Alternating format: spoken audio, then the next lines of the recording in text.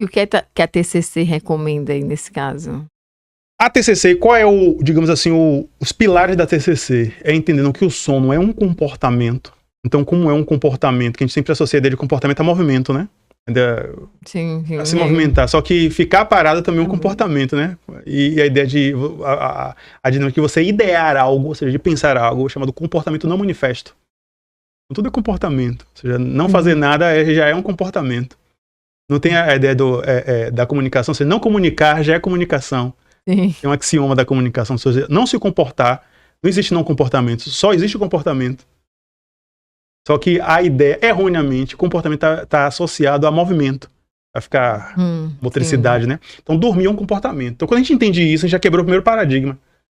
Dormir é um comportamento, é dormir um comportamento. Qual é a ciência do comportamento? A psicologia. Logo, dormir é objeto de estudo também da psicologia. Porque, e aí a neuropsicologia entra nisso, né? Como uma especialização da psicologia que vai entender como esse cérebro funciona em vigília e faz com que ele perca essa função total ou parcial e compromete essa função hipnagógica, que é essa mudança de vigília para sono. O que é que a gente entende basicamente em neuropsicologia? Se existe comportamento, é que existe uma estrutura cerebral que a sustenta.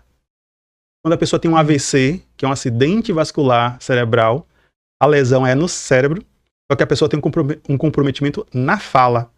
Não tem um comprometimento alça fonológico. Só que ela não tem nenhum problema ali, palato mole, palato duro, ou seja, não é cordas vocais ou pregas vocais, nada é ali. Só que é algo na parte cerebral que interferiu na produção dos fonemas. Ou no tocar, coordenação motora fina, ou no caminhar, a marcha. Então não tem nada nas mãos, não é um comprometimento físico, motor, de tendão. É algo cerebral que comprometeu. O que é que a gente entende por isso? E por que eu estou trazendo esses exemplos? Que a gente vai seguir na seguinte... a gente vai fazer uma transposição conceitual. Então, o meu tocar é comandado pelo cérebro. Então, se existe um falar, é comandado pelo cérebro. Se existe um batimento cardíaco, é comandado pela parte cerebral. Então, ou seja, se existe o comportamento, é que existe uma estrutura cerebral que o sustenta ele. Quando nós perdemos essa habilidade, aí entra o programa de reabilitação. Então, dentro da neuropsicologia, existe a reabilitação neuropsicológica das mais diversas.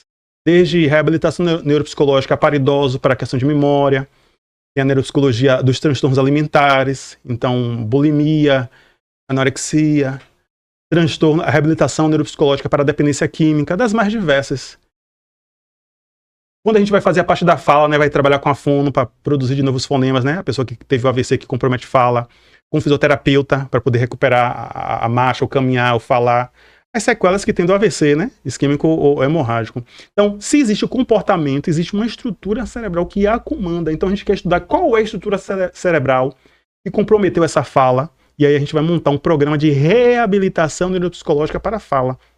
Então, o que é reabilitar? É devolver a habilidade perdida total ou parcialmente por uma situação advinda ou naturalmente, né, na questão com o passar dos anos, né, o idoso ele vai perdendo algumas capacidades motoras, física, próprio fruto da idade, né, do desgaste físico, e enquanto a criança está em ascensão, então esse cérebro está na ascendência e, digamos, o idoso ele está na diminuição, né, perda do vigor cognitivo. Então, a reabilitação neuropsicológica é essa intervenção científica para recuperar, reabilitar aquilo que já foi hábil. Então, esse cérebro já falou, esse cérebro já caminhou, então vamos reabilitá-lo, e a gente tem diversos casos aqui que a pessoa recupera a fala. Na família eu tive recentemente uma pessoa que teve AVC, um primo meu, e ficou gago, acordou e estava sem pronunciar, sendo advogado, então utilizando a palavra como instrumento de trabalho, né? E aí fez todos os procedimentos que se tinha, se recuperou, já está falando tudo, então é uma maravilha.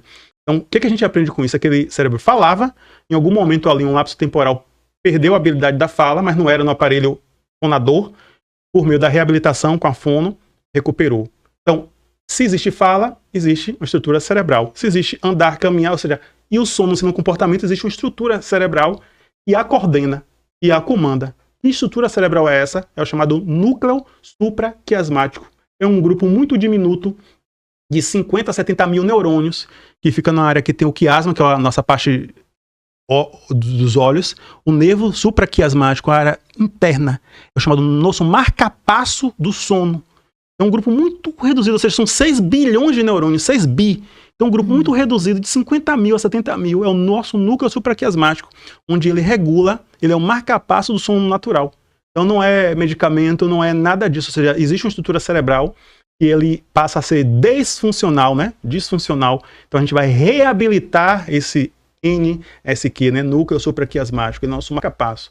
Isso não está em pílula, isso não está em cápsula, isso não está em lugar nenhum. Então, quando a gente vai entender, o núcleo supraquiasmático, ele está monitorando, o nosso cérebro está o tempo todo monitorando pistas ambientais. Nós estamos aqui, ele já sabe que temperatura é essa, se essa temperatura é de dia ou é de noite. Então, ele entendeu, estava na temperatura lá fora.